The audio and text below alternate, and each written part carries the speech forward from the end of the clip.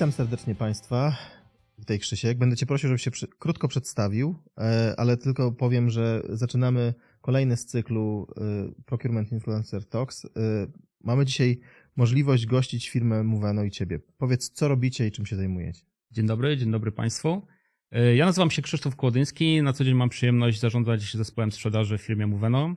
Moveno na co dzień wspiera bardzo mocno technologicznie ekologię i wspieramy bardzo dużych klientów. Mamy aplikację mobilności, która zawiera wiele funkcjonalności pomagających użytkownikom, szczególnie samochodów służbowych, korzystać z tego samochodu. Czyli na dzień dzisiejszy naszą aplikacją możesz zapłacić za różne rzeczy, za parkingi, za autostrady, za mycie nawet samochodu. W związku z tym tych funkcjonalności jest bardzo dużo. Dodatkowo bardzo mocno wspieramy naszych klientów pod kątem konsultacji, jak tą mobilność w firmie zbudować, jak ją przygotować. Fajnie.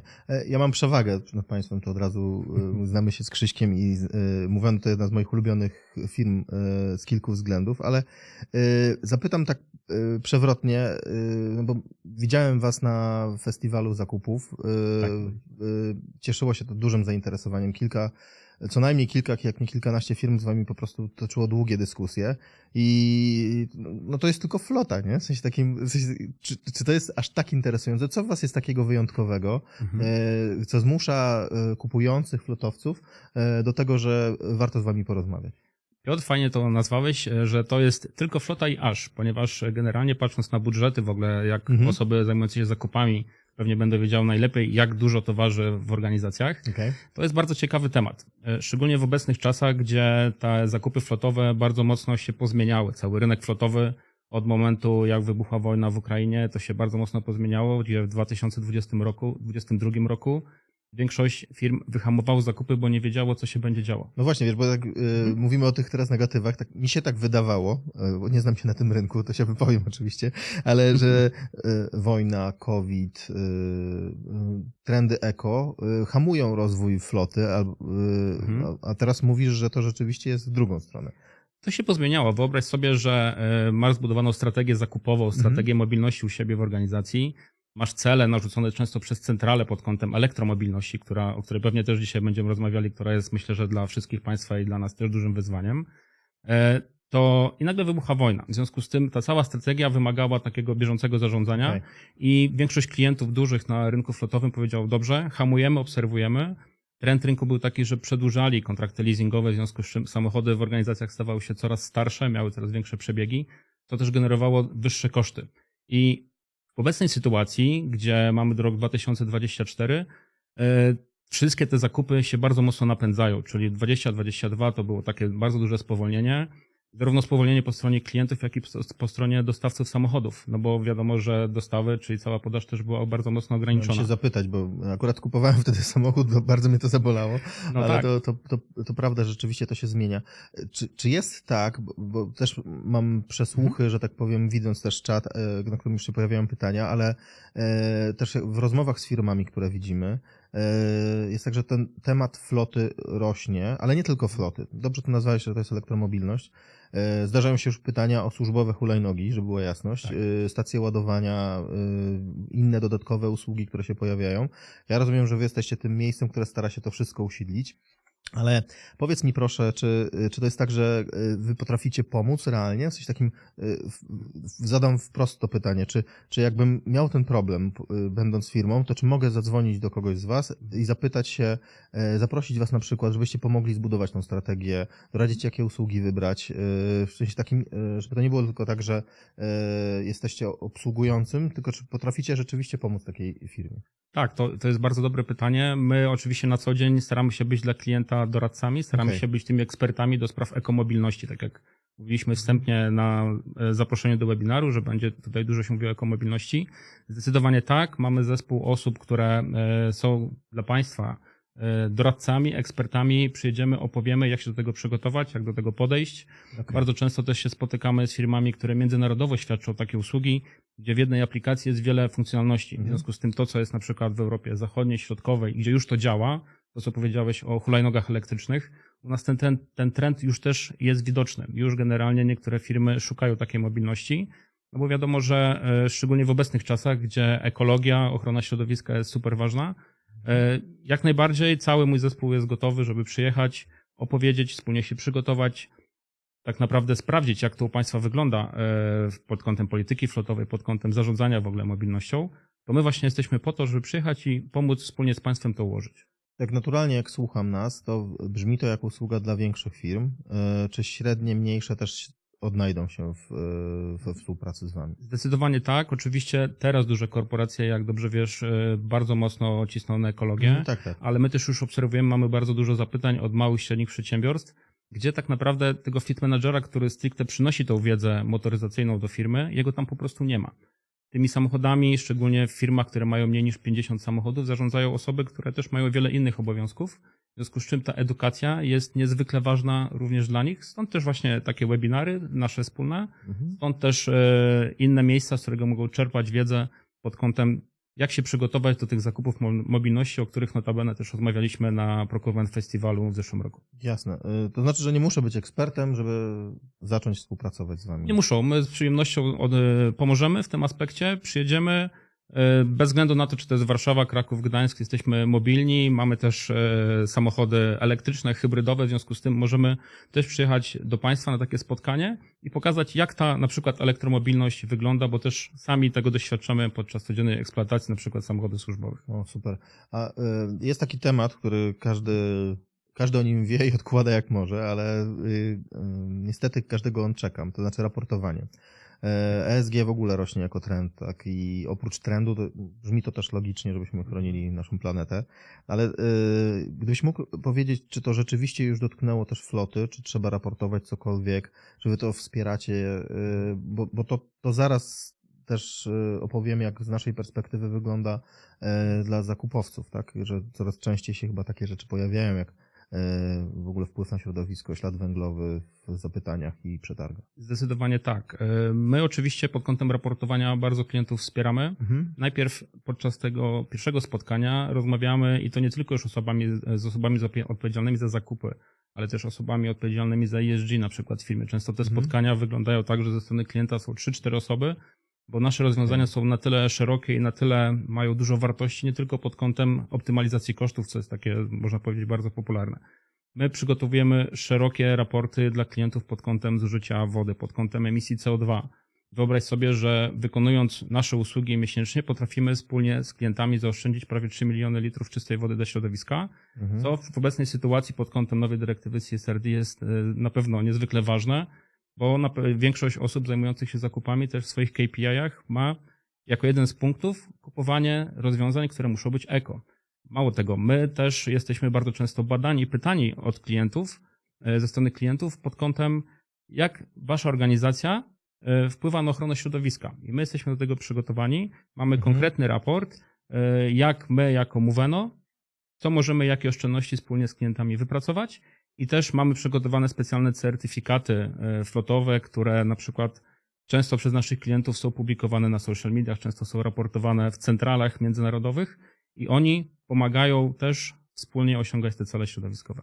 Dobra, sprawdzam, bo tam KPI, profile społecznościowe, super, ale to jest kanał dla praktyków i tych, co rzeczywiście kupują, są zaangażowani w to. Czy możesz podać przykłady? Rozumiem, jak nie będziesz mógł podawać konkretnych liczb albo na przykład marki, ale czy są konkretne przykłady firm, które z tego dzisiaj korzystają i co na tym zyskały? Jasne. Oczywiście co do cyfr, z przyjemnością się podzielę tymi cyframi. Tak jak już wspomniałem, my miesięcznie wykonując kilkanaście tysięcy usług pod kątem samego mycia na przykład floty, bo to jest jedna z naszych funkcjonalności w rozwiązaniu naszej aplikacji mobilności, wypracowujemy prawie 3 milionów litrów czystej wody dla środowiska. Czyli oszczędzacie wodę przez to, że myje się jakoś ten samochód w specjalny sposób? Tak, mamy przygotowane badania przez Politechnikę Warszawską, porównującą na przykład, jeśli już mówimy o myciu, ile wody zużywasz na myciu na szczotkach na myjni automatycznej, a ile jeżeli przychodzi wykwalifikowany pracownik na myjni ręcznej. Oczywiście tu są aspekty jeszcze jakości, no bo sam dobrze wiesz, użytkujesz samochód, że mycie ręczne jest pod kątem jakości o wiele lepsze niż na przykład mycie na szczotkach, gdzie ten samochód wyjeżdża cały mokry. No i wyobraź sobie, że Politechnika Warszawska przygotowała badania, ile średnio w Polsce zużywamy wody, porównując jeden cykl mycia do drugiego, ale też pod kątem zużycia prądu, który jest przeliczony na emisję CO2. Jasne. W związku z tym my mamy klientów, zarówno banki, jak i firmy farmaceutyczne, które bardzo lubią naszą współpracę i wspólnie wypracowujemy po kilkanaście milionów litrów czystej wody jako oszczędność dla środowiska. A dwa, nie patrzymy tylko pod kątem mycia i czystej wody. Wyobraź sobie, że masz około 1000 samochodów. Teraz jesteśmy świeżo po rozpoczęciu współpracy z dużą firmą farmaceutyczną, mają prawie 1000 samochodów. No i wyobraź sobie, że pracownicy pracujący w polu rozliczają na przykład bilety parkingowe. Każdy przychodzi co miesiąc pod koniec miesiąca i zalewa dział księgowości tymi wszystkimi dokumentami, żeby to rozliczyć. A jeszcze masz autostrady, a jeszcze masz dużo innych rzeczy związanych z obsługą samochodu. Jeżeli w organizacji, w dużej organizacji jest to poukładane, że to przechodzi przez fleet managera, no to wtedy fleet manager wszystko akceptuje. Ale z naszego doświadczenia fleet manager nie wszystkie rzeczy akceptuje związane z obsługą samochodu. Często on akceptuje serwis, paliwa, tego typu rzeczy, Jasne. ale jest gro też różnych dodatkowych dokumentów spływających do księgowości. I nasze rozwiązanie, my oprócz tej ekologii pod kątem wody i innych rozwiązań pod kątem prądu, jesteśmy tutaj naprawdę mistrzami świata, mogę się pokusić o takie rozwiązanie, ale też oszczędzamy liczbę dokumentów w dziale księgowości. I teraz my dostarczamy jedną fakturę zbiorczą, ale też mamy rozbudowany taki dodatkowy załącznik do faktury, gdzie jesteśmy w stanie pokazać klientowi, ile dany użytkownik wygenerował kosztów per auto, łącznie z parkingami, z autostradami, ze wszystkim. Oczywiście być może niektórzy z Państwa powiedzą, my to już mamy, fajnie, są różne rozwiązania na rynku, natomiast też w obecnej sytuacji, gdzie ta liczba tych funkcji związanych z użytkowaniem samochodu rośnie, no bo za chwilę pojawi się elektromobilność, za chwilę będziesz miał dodatkową aplikację do ładowania samochodów, a my dajemy jeden załącznik, który bardzo łatwo, nawet po kosztach MPK, może być zaimplementowany. To rzeczywiście jest używane przez jakąś dużą organizację już dzisiaj, tak? Na dzień dzisiejszy mamy już ponad 200 dużych korporacji, którzy z nami współpracują od wielu, wielu lat. To już jest ponad 40 000 użytkowników, czyli generalnie naprawdę liczba jest zacna. I co ciekawe, bardzo sobie klienci to chwalą. My mamy bardzo dużo klientów polecanych z rekomendacji, że zobacz, u mnie w organizacji to działa. Zaproś osoby z Moveno, porozmawiaj, wspólnie się przygotuj do tego, ponieważ no, sam dobrze wiesz, że każda duża organizacja potrzebuje ofertę taką uszytą na miarę. W związku z tym u nas jedna oferta do drugiej, one się bardzo mocno różnią. W związku z tym my też klientom mówimy, dobrze, zanim rozpoczniemy współpracę, to zróbmy sprawdzam, czyli przeglądamy, jak są przygotowani pod kątem polityki flotowej, dajemy test naszej aplikacji, żeby sobie przetestowali wszystkie funkcjonalności. Wspólnie po zakończeniu testu robimy taką ankietę dla użytkowników, żebyśmy zobaczyli tak zwany głos ludu, czyli głos tych użytkowników, czym to jest potrzebne, co by zmienili, jak im to ułatwia życie. I potem cały dział zakupów ma gotowy materiał, że może na przykład przedstawić na zarządzie, jak mają do tej pory, jak mają cele na przykład środowiskowe, optymalizację kosztów i jak Moveno może im w tym pomóc. Myślę, że nie będziemy tacy i się trochę podzielimy materiałami, więc obserwujcie Państwo czat, tam będziemy też wrzucać linki do naszych materiałów, właściwie waszych. Ale no, nie udało mi się sprawdzać, w sensie takim nie złapałem cię. Natomiast super, jeżeli to jest tak, że taka powiedzmy firma farmaceutyczna potrafi oszczędzić sobie tysiące dokumentów, dla nas paperless jest jedną z gwiazd, więc bardzo się cieszę, że to robicie. No ale poza tym chyba jest taki prosty, zwykły, ludzki aspekt na zasadzie takim, że tą aplikację lubią użytkownicy, w sensie takim, że to jest po prostu łatwiejsze w używaniu. Tak, no wiesz, w obecnej sytuacji, gdzie masz aplikacje w zasadzie do wszystkiego, w jednym sklepie, w drugim, trzecim są różne aplikacje, tak naprawdę przy kartach paliwowych też już się zaczynają pojawiać, a naszym celem jest to, żeby do jednej aplikacji te wszystkie funkcje włączyć, żeby użytkownik miał jedno miejsce, z którego korzysta. No ja mam dosyć duże doświadczenie, bo 20 lat pracuję na rynku motoryzacyjnym, w związku z tym też mam kontakt z klientami takimi dużymi flotowymi od wielu, wielu lat. I oni już też zgłaszają informacje, no dobrze, jedna aplikacja do tankowania, druga do parkowania, trzecia jeszcze do czegoś, a wyobraź sobie, że masz kilkaset użytkowników, którzy tak naprawdę mogą być bardzo przyjaźni z nowymi technologiami, z nowymi aplikacjami, ale są też osoby, które jednak wolą jeszcze telefon na guziki, w związku z tym oni cały czas muszą ich edukować. My też bardzo mocno w tym wspieramy, ponieważ mamy cały dział back-office'u, gdzie zdejmujemy fleet managerowi cały proces tej opieki nad tym użytkownikiem, ponieważ wyobraź sobie, że wszyscy użytkownicy naszej aplikacji nie dzwonią do fleet managera, tylko dzwonią do naszego back-office'u. Mamy już armię ludzi, która na co dzień pomaga zarówno po polsku, po angielsku, bo już teraz też są takie potrzeby, żeby prowadziła ich krok po kroku, jak sobie z tym poradzić. Często mamy takie pytania, no jestem pod ładowarką samochodów elektrycznych, poproszę o wskazówki, jak ja tę ładowarkę mam podłączyć. Albo są pytania, stoję przy ładowarce, która ma moc 150 kW, a generalnie mój samochód przyjmuje tylko 22. I dlaczego tak się dzieje na przykład? Czyli my zarówno jako dział handlowy musimy być tym wsparciem i tą edukacją dla klientów, ale też nasz dział back-office'u niezwykle jest dla nas ważnym takim organem w naszej firmie, który potem wspiera, bo wyobraź sobie, że odbierasz nowy samochód, ja pracowałem też, sprzedawałem samochody detaliczne, to gwarantuję, że osoba, która odbiera nowy samochód jest w takich emocjach, że często nawet zapomina, jak się włącza radio. W związku z tym, jak już te emocje opadną, dojdziesz do domu, mówisz, dobrze, to Panie Krzysztofie, proszę powiedzieć teraz, co ja w tym samochodzie mogę zrobić, czy co mogę zrobić w tej aplikacji. W związku z tym ten nasz back-office jest niezwykle ważny jako taka druga strona kontaktu dla tych użytkowników, bo mamy często takie zapytania, że Fleet Manager mówi, dobrze, ja mam 500 samochodów w zarządzaniu, nie mam czasu często robić dodatkowych rzeczy, stąd my wprowadzając nasze rozwiązanie zdejmujemy mu raportowanie, to co rozmawialiśmy, że ma jeden załącznik w elektronicznej wersji, gdzie sobie implementuje to do programu do zarządzania na przykład flotą, czyli mu się wszystko ładnie łączy, a dwa, że zdejmujemy mu cały taki proces opieki nad tymi ludźmi związanymi z tymi funkcjonalnościami, które my gwarantujemy. Jasne. Wiesz co, to, no bo też chyba jest tak, że to, jakbym był taką osobą, która to wprowadziła, to chyba inni też by mnie kochali w firmie, no bo mniej dokumentów, zapominania, Tak. Klikania. Tak sobie patrzę na ten znowu praktyczny, ludzki aspekt, tak? W sensie takim, jak ludzie się poruszają w tym świecie, jak oprócz oczywiście celów firmy, które są ważne, no tak po prostu to w codziennym życiu wygląda i brzmi to na razie tak, jakbyście obiecywali bardzo dużo. Rozumiem też, że te obietnice są pokryte, no bo powiedziałeś o tych kilkuset klientach, to też jest imponujące. Jeszcze wracając może na nasze podwórko, no bo ja widzę duże zaangażowanie zakupowców, ale też w ogóle firm w to, żeby trochę inaczej oceniać chociażby kupowanie floty, inne produkty również, ale jak już mówimy o flocie, zauważyliśmy też, że od niedawna, to chyba tak od 2,5 roku, że zmienia się w ogóle trend w formułowaniu takich zapytań. Coraz więcej jest, oprócz tego, że się pojawia dywersyfikacja na różne samochody, powiedzmy, tak, to znaczy pojawiają się elektryki, hybrydy, często jest to wymóg, to też w ogóle pojawiają się takie aspekty, które są dodatkowym kryterium oceny, chociażby, tak, że po pierwsze firma musi być stosownie oceniona, mieć doświadczenie, ale w ogóle pojawia się ten aspekt środowiskowy ESG. Tak? Czy wy się tym spotykacie, czy to wspieracie, czy to jakieś śladowe rzeczy, które zauważyliśmy, czy rzeczywiście jest to trend, który się buduje i będzie budował? Piotr, zdecydowanie jest to trend. Do tej pory zakupy flotowe wyglądały tak, że parę lat temu jeszcze wszyscy patrzyli na rabat. Potem zaczęło się patrzenie już takie bardziej globalne. Stolica Maroko, rabat. Potem zaczęło się patrzenie globalnie już takie na słynny skrót TCO, czyli Total Cost of Ownership, czyli całkowity koszt użytkowania samochodu.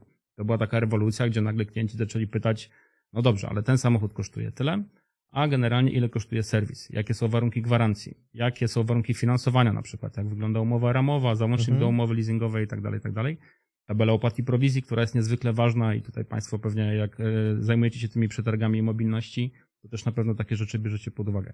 Ale zdecydowanie teraz pojawia się zupełnie oddzielna opcja, czyli generalnie ile możemy przynieść dla firmy oszczędności środowiskowych. I to jest często bardzo duży obszar, o który klienci pytają. Czyli kupują sobie samochody, mobilność, leasingi gdzieś na rynku, a do nas przychodzą po całą otoczkę tego, jak możecie nam pomóc w realizowaniu tego celu.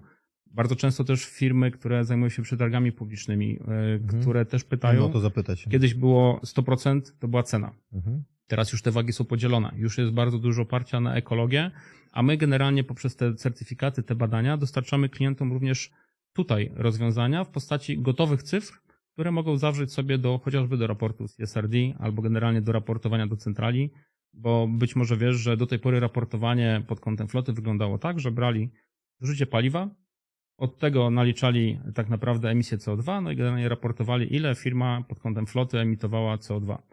Teraz się pojawiają bardzo często już samochody hybrydowe, samochody elektryczne i to jest jeden z takich trendów, który się pewnie będzie rozwijał, bo klienci szukają oszczędności środowiskowych. Nie będziemy samolubni. Jak Państwo macie ochotę się dowiedzieć chociażby o przetargach albo o tym, jak napisać takie zapytanie, to też proszę zgłoście się na nasze maile kontaktowe, które podaliśmy w międzyczasie. Z chęcią pomożemy i opowiemy o tym, jak zrobić. Tak? Czy to będzie kwestia tylko podania kryteriów do przetargu, czy takiej dłuższej opowieści albo spotkania się z swoim zespołem, to z chęcią pomożemy. Ja widzę z drugiej strony, że tak technicznie rzecz biorąc, Mamy taki teraz produkt, który skanuje rynek i obserwuje właśnie różne trendy, jak zmieniają się same zapytania, struktura i to naprawdę widać. To też Państwa gorąco zachęcam, żebyście się do nas zapytali i poanalizowali z nami te zapytania, ale technicznie rzecz biorąc ta możliwość zawsze była w platformach, naszej też, ale teraz rzeczywiście jest to utylizowane. Coraz więcej się pojawia takich dodatkowych kryteriów, inaczej są analizowane te firmy. I wydaje mi się, że to też jest coś, co przenosi nas w tą przyszłość, tak? No bo jak patrzę na elektromobilność, już powiedziałem trochę o tych hulajnogach, ale trochę z przekąsem, myślę, że to jest coś, co nas buduje, w sensie takim, że będzie budowało firmy technologiczne jak my, tak? I w sumie pionierów w elektromobilności. Nie chcę wam żadnej łatki przypinać, rzecz jasna, ale firmy, które rzeczywiście dbają o to, żeby w nowoczesny sposób podchodzić do takich rozwiązań elektromobilności. Ja nie wiem, czy potrafiłbyś powiedzieć jeszcze, na co powinniśmy zwracać uwagę w tych najbliższych paru miesiącach, latach, co nas spotka w ogóle na tym rynku.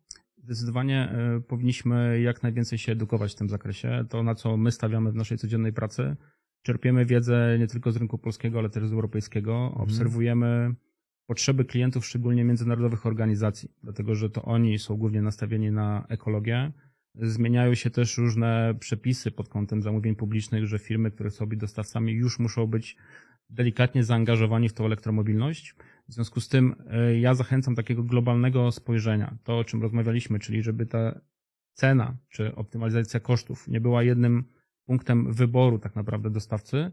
Oczywiście co do finalnej umowy, to Państwo wybiorą sobie najbardziej optymalnego usługodawcę, natomiast spójrzmy na to szerzej. Weźmy pod uwagę to, żeby użytkownikom było wygodniej pod kątem jednego rozwiązania, bo już tych rozwiązań na rynku jest tak dużo, że oni sami się zaczynają gubić, a to jako taka gwarancja, że my to dostarczamy i dowozimy, może być na przykład takie rozwiązanie, że często użytkownicy, którzy mają samochód służbowy, korzystają z naszego rozwiązania, też przychodzą z drugim samochodem prywatnym, ponieważ też mam uruchomioną ofertę dla klientów detalicznych i często mówią, mam takie fajne rozwiązanie na samochód służbowy, to zaproponujcie mi proszę coś na samochód prywatny. Takie rzeczy też robimy, w związku z tym tu już widzimy takie szersze spojrzenie na rynek. A pytałeś, co możemy zarekomendować? Ja bym zarekomendował jednak sprawdzenie tego pod kątem, jeżeli ktoś się zajmuje zakupami, sprawdzenie samemu, jak ta elektromobilność chociażby nawet wygląda. Żeby wziął ten samochód elektryczny, pojechał, przetestował, sprawdził, jakie możliwości daje jedno rozwiązanie, drugie na rynku, bo pamiętaj, że każdy operator na przykład ma swoją kartę plastikową do ładowania. U nas już tych operatorów jest kilku, w związku z tym przy jednej aplikacji masz już 3000 ładowarek, to pozwala już naprawdę na sprawne poruszanie się samochodem elektrycznym.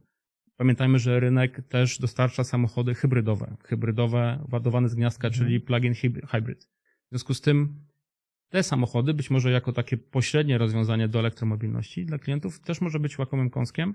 Natomiast nie opierałbym się, ja ostatnio też miałem spotkanie z fleet managerami, gdzie rozmawialiśmy o tym, jak się zmieniła ta rola fleet manager, jak ona ewoluowała.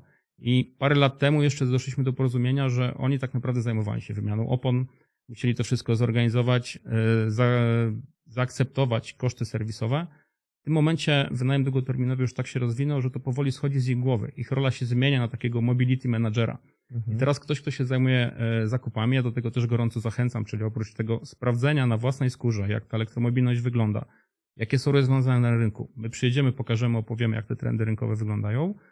To też zachęcam do tego, żeby zaangażować swojego fleet managera do sprawdzenia tych rozwiązań i do przetestowania. Jasne. Czyli sprawdźcie Państwo, jak to u Was w organizacji może wyglądać. Przepraszam, że Ci przerwę, pojawia pytanie po raz kolejny, czy trzeba się umawiać, czy można gdzieś się dowiedzieć.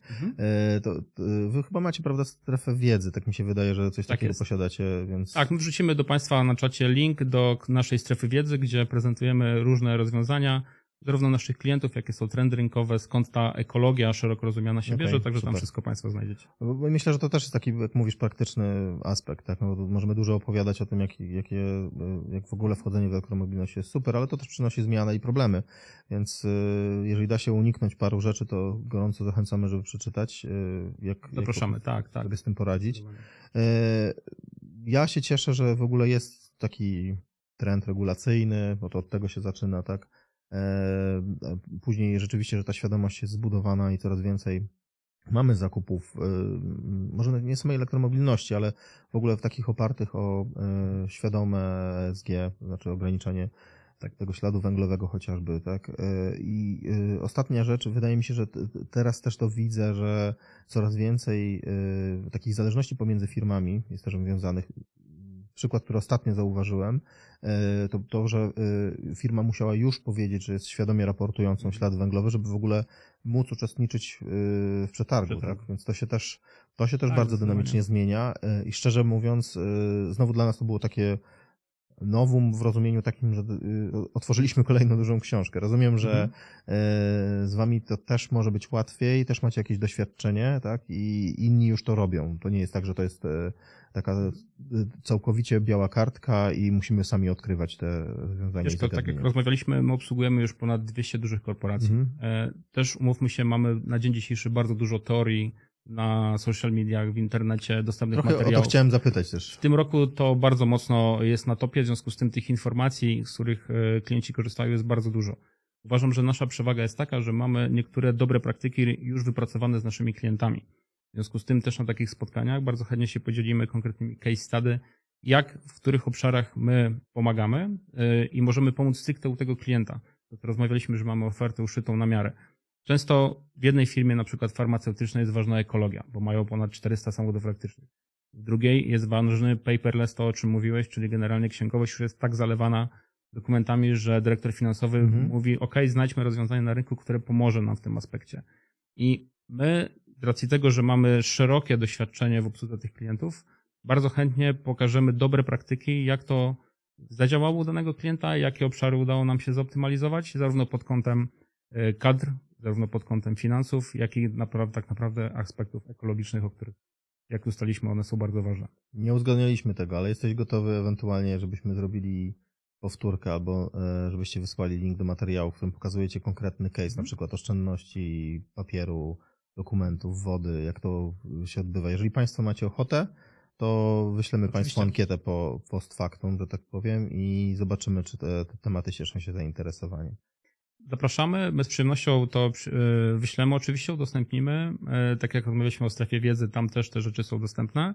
Natomiast konkretnie u każdego klienta pokazujemy, mamy przygotowaną prezentację, jakie obszary możemy tutaj zoptymalizować. Nie myślmy tu tylko o optymalizacji kosztów, ale o tych wszystkich aspektach, o których rozmawialiśmy. Super. Ja myślę, że było praktycznie. Mamy kupę materiałów, których obiecaliśmy, więc też mamy co robić. Namawiam do kontaktu z nami. Tobie serdecznie dziękuję. Taka wycieczka w elektromobilność to super rzecz. A Państwa serdecznie zapraszam na kolejny odcinek.